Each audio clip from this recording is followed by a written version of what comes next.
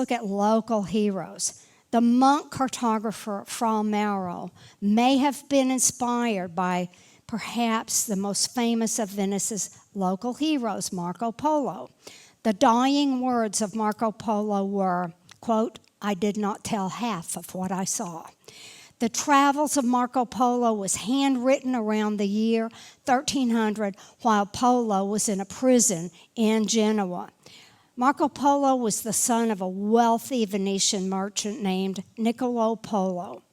At the age of 17, he began his 24-year journey along the Silk Route across Central Asia to China, a journey that is essentially the subject of this book.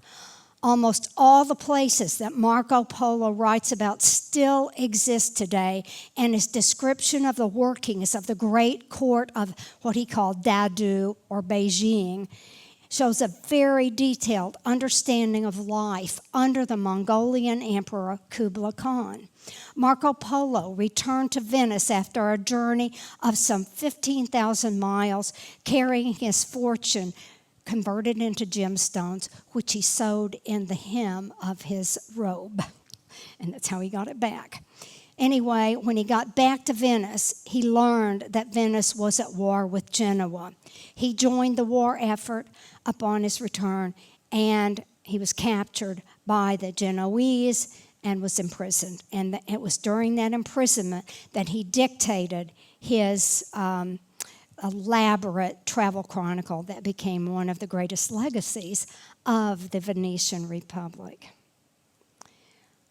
Another local hero, and how many of you have heard of Andrea Palladio? No?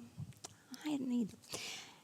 Andrea Palladio was the principal 16th century architect of northern Italy, and maybe the most influential figure in the history of Western architecture. Although he was born in Padua, he moved to Venice, and his classically derived designs and architectural details were copied and reproduced far beyond the Republic for 400 years after his death.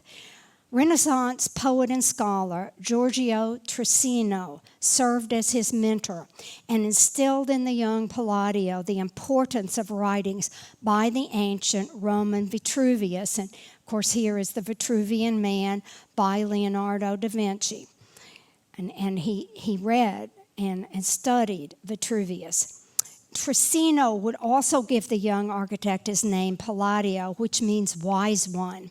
Palladio received villa commissions like that of the Villa Rotunda in the upper left.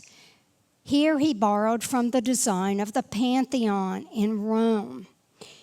And note the similar colonnade and portico entrance with a triangular pediment above, with a central dome in the center of the building. Does this sound familiar to anybody? How could Palladio influence Western architecture for 400 years?